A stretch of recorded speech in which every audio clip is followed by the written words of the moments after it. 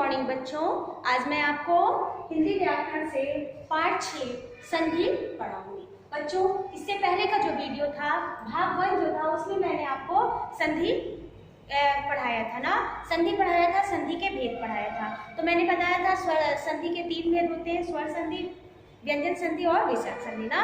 तो सबसे पहले हम स्वर संधि पढ़ रहे थे। स्वर संधि में मैंने आपको स्वर संधि के 5 भेद बताए थे, जिसमें से पहला भेद मैंने दीर्घ संधि पढ़ा दिया था ना। आज मैं आपको स्वर संधि के ही बचे हुए शेष जो 4 भेद हैं वो मैं पढ़ाऊंगी। तो आप हम करते हैं दूसरा भेद क्या है स्वर संधि का, दूसरा है गुण संधि। आज हम गुण संधि के बारे में जानेंगे। गुण संधि किसे कहते हैं?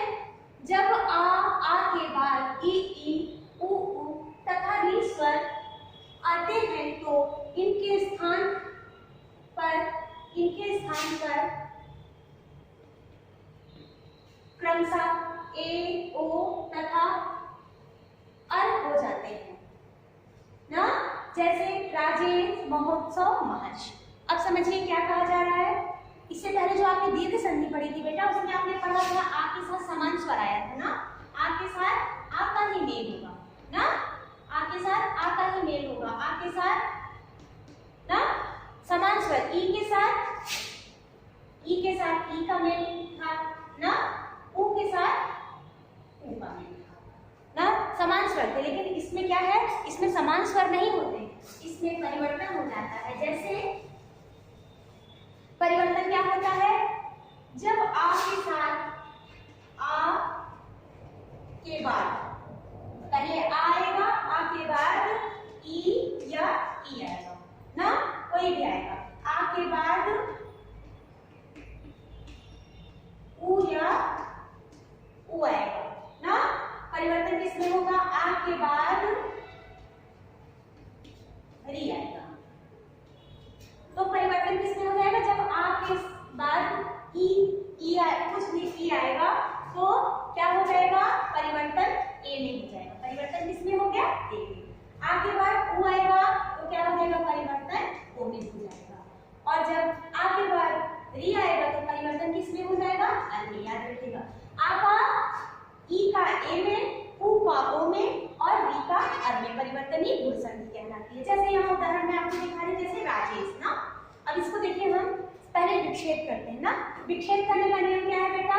जहां से एक दो शब्द होते हैं, दो शब्दों के मेल से ही संधि होती है ना, और उसमें वर्ण परिवर्तन देखा जाता है। तो जहां से पहला शब्द समाप्त होता है और दूसरा शुरुआत होता है ना, वहीं से हम उसका विक्षेप करते हैं। विक्षेप करेंगे, राज दो शब्द हैं, तो जहां से पहला शब्द समाप्त होता है राजा ईश ना, तो यहाँ पे होगा राजा धन ईश ना। अब इसको देखिए, अब ये आखिरी वर्ण यहाँ पे जो है जहां से समाप्त हुआ है आ है, आस्वर है अब क्या है, और ये क्या है?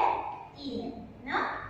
तो क्या हुआ? आ के साथ ई मिला तो परिवर्तन किसमें हो गया? ये राजा था और ये ईश था, तो ये ई क्या हो गया?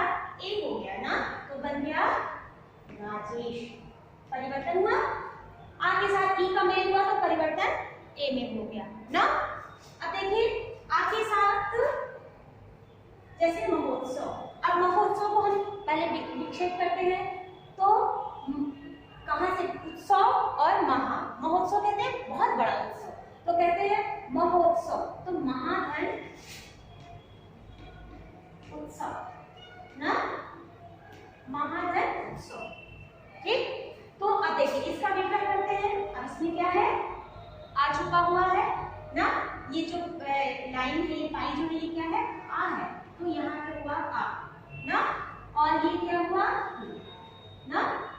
अब आपके साथ देखिए किसका, यहाँ पे आ के साथ ई का मेल हुआ था तो ए में परिवर्तन हो गया था ना। यहाँ आ का किसका मेल हो रहा है? उ का, तो परिवर्तन किसमें हो जाएगा? अब देखिए इसको हम विवरण करते हैं। जैसे म ना आ, अब ये उ जो है वो आ क्या हो जाएगा? ओ हो जाएगा, तो ये हो गया महोत्सव ना। परिवर्तन किसमें हुआ? ओ में हो गया। आ के साथ उ मिला तो परिवर्तन हो गया ओ में। आ के साथ उ मिला तो परिवर्तन हो गया ओ में। अब महर्षि ना। अब इसका विग्रह करके देखते हैं हम लोग कि कैसे विक्षेप होगा। इसका विक्षेप करते हैं महर्षि। अब देखिए दो शब्द है महा और ऋषि ना, तो विग्रह करते हैं महा धन ऋषि ना। अब देखिए यहां से देखते हैं पहला जो है आखिरी में क्या है, आ है, आ है, आ के साथ किसका मेल हो रहा है, री का ना। आ के साथ किसका मेल हो रहा है, री का। परिवर्तन किसमें हो जाएगा, महर्षि। अर में परिवर्तन हो रहा है ना, तो यहाँ पे क्या हो गया, महर्षि। परिवर्तन हमेशा आ के साथ री का होगा तो अर में परिवर्तन होगा ना।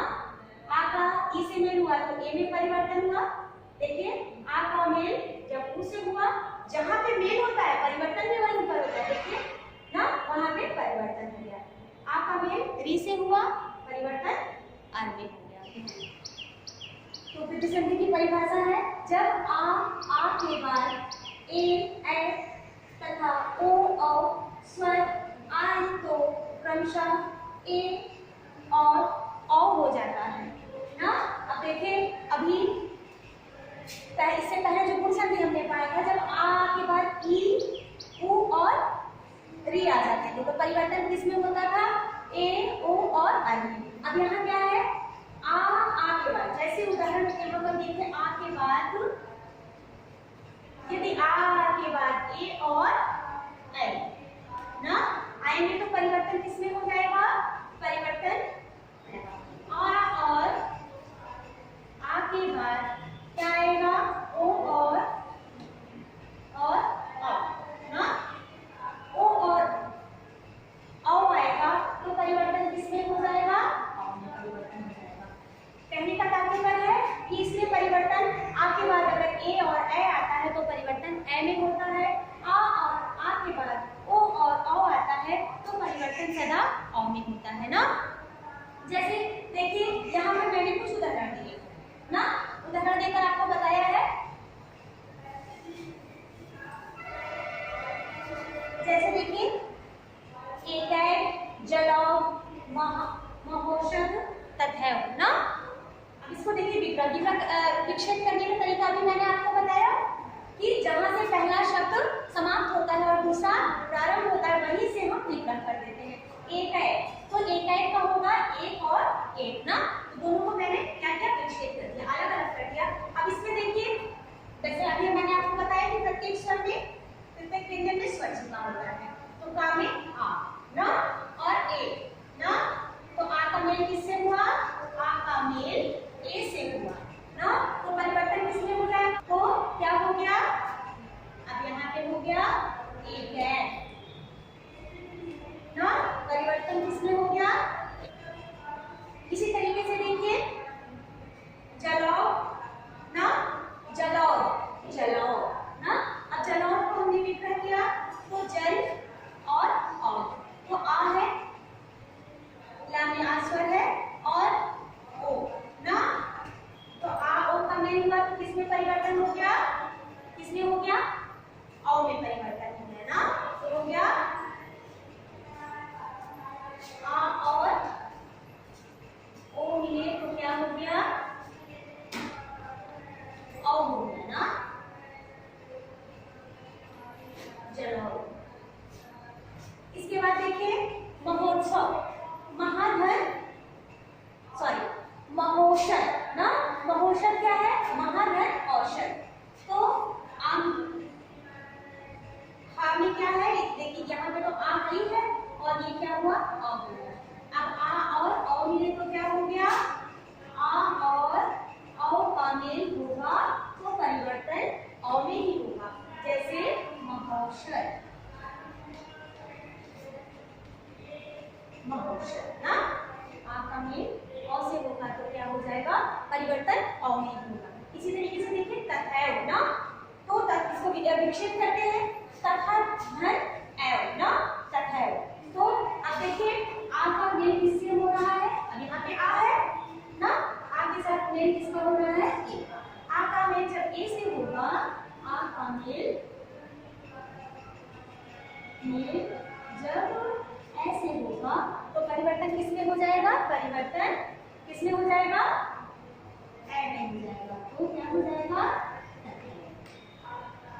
ना यण संधि। ना यण संधि किसे कहते हैं? इसकी परिभाषा देखिए, जब ई ऊ या री के बाद कोई अन्य स्वर आ जाए तो उनके स्थान पर क्रमशः या व रा हो जाता है, जैसे प्रत्येक, स्वागत, मातृक्षा। अब यहाँ पर देखिए, इससे पहले भी मैंने आपको गुण संधि पढ़ाया है ना, तो गुण संधि में भी क्या है? ई ऊ और री ही है ना, लेकिन उसमें क्या है? उसमें आ के साथ मेल होता है और परिवर्तन होता है ना। पहले आ आता है, बाद में री आता है, लेकिन इसमें क्या है? इसमें पहले ई ऊ या री ये पहले आएगा और परिवर्तन किसी भी अन्य स्वर में, उसमें एक निश्चित स्वर है, आ के साथ जब ई का मेल होगा, लेकिन इसमें है ई के साथ किसी भी अन्य स्वर का ना, जब ई के साथ किसी भी अन्य स्वर का मेल होगा तो परिवर्तन किसमें हो जाएगा? या में हो जाएगा। ऊ के साथ किसी भी अन्य स्वर का मेल होगा तो परिवर्तन वा में हो जाएगा। री के साथ किसी भी अन्य स्वर का मेल होगा तो परिवर्तन किसमें हो जाएगा? रा में हो जाएगा ना। चलिए, जैसे यहाँ पर एक उदाहरण मैंने आपको बताया, इसको मैं विक्षेप करके आपको बताती हूँ। जैसे प्रत्येक ना, तो इसको हमने विकल्प क्या किया, इसको विक्षेप करेंगे। विक्षेप मैंने आपको बताया जहाँ से पहला शब्द समाप्त हुआ और दूसरा प्रारंभ हुआ, वहीं से हम विक्षेप करते हैं। तो जैसे धन ना, इसका विक्षेप नहीं हुआ। अब देखिए, ता में क्या है? ई है। ई का मेल किससे हुआ? ए से हुआ। ई का मेल ए से हुआ। परिवर्तन किसमें हो जाएगा? परिवर्तन या में हो जाएगा ना। अब इसको अगर हम पढ़ते हैं तो क्या हो जाएगा? देखिए, अगर हम ऐसे लिख देते हैं प्रति और एक ना, प्रति एक, तो ये करेक्ट वर्ड नहीं है। अब इसका परिवर्तन हमको कहाँ पे करना है? जहाँ पे मैंने विक्षेप किया था ठीक उसी स्थान पे परिवर्तन होगा। जैसे हो जाएगा, स्थान किसने ले लिया? ई और ए के मेल से परिवर्तन हो गया या, है ना। इसी तरीके से देखिए, स्वागत, सुधन आगर, सुधन आगर। अब यहाँ पे देखिए, किससे मेल हुआ है? उनका मेल किससे हुआ है? आ से हुआ है ना। उनका मेल किस स्वर से हुआ है? आ स्वर से हुआ है। उनके साथ मेल हुआ, आ का परिवर्तन हो गया। अगर देखिए, इसी परिवर्तन हो जाएगा ना, परिवर्तन हो गया वा। अगर मैं इस वर्ड को लिखती हूँ तो इसको कैसे लिखेंगे? सु आगर ना, सुआगर ना। लेकिन परिवर्तन क्या होना है? परिवर्तन जब उ और आ मिलेंगे तो परिवर्तन हो जाएगा वा में हो जाएगा स्वागत। देखिए, यहाँ वा में परिवर्तन हो गया। ठीक इसी तरीके से देखिए, मातृक्षा, मातृधन इच्छा, मातृधन इच्छा ना। अब देखिए, री का मेल किससे हुआ है? री का मेल हुआ है ई से ना, री का मेल हुआ है ई स्वर से, री का मेल हुआ है ई से ना। परिवर्तन किसमें हो जाएगा? परिवर्तन रा में ना। परिवर्तन किसमें हो जाएगा? परिवर्तन रा में हो जाएगा। अब इसको अगर मैं शब्द बना दूं तो कैसे होगा? मातृक्षा ना, ये इसका परिवर्तन हमेशा होगा मातृक्षा, है ना बेटा। ये यण संधि है। स्वर संधि का पांचवा भेद कौन सा है? अयादी संधि। अयादी संधि किसे कहते हैं? जब ए, ऐ, ओ, औ के बाद कोई अन्य स्वर आए तो इनके स्थान पर क्रमशः ऐ, आय, औ और आव हो जाता है, जैसे शयन, पवन, गायक, पाव ना। ये क्या है? इसमें क्या है? ए और ऐ के बाद कोई भी ह्रस्व या दीर्घ स्वर आए तो परिवर्तन क्या हो जाता है? ए के साथ कोई भी स्वर आएगा, भिन्न स्वर, तो परिवर्तन ऐ में हो जाएगा। ऐ के बाद कोई भी स्वर आएगा तो परिवर्तन आय में हो जाएगा। ओ के बाद कोई भी भिन्न स्वर आएगा तो परिवर्तन औ में हो जाएगा, और औ के बाद कोई भी भिन्न स्वर आएगा तो परिवर्तन आव में हो जाएगा। यहाँ पर उदाहरण के द्वारा स्पष्ट करते हैं। देखिए, शयन, शयन को जब मैंने विक्षेप किया तो से धन अन। अब यहाँ पे क्या है? ए है और यहाँ पे क्या है? आ है। ए का मेल किससे हुआ? आ से, तो परिवर्तन किसमें हो गया?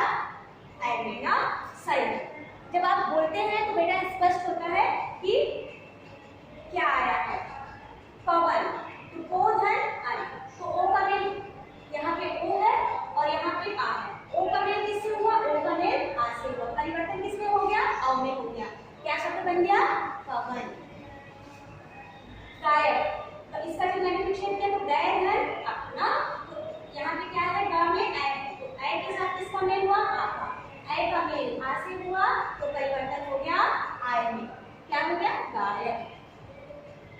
पावक, पावक में विच्छेद करें पर पाव धन अब यहाँ पे क्या है आओ है और आओ का मेल किससे हुआ आ से हुआ, आओ का मेल आ से हुआ परिवर्तन आओ में हो गया पावक ना। बेटा यहाँ पर आपका स्वर संधि के 5 भेद जो मैंने पढ़ाए थे वो समाप्त होता है ना, 5 भेद हो गया। अब बचा है आपका व्यंजन संधि और विसर्ग संधि, वो मैं आपको नेक्स्ट वीडियो में बताऊंगी। जितना मैं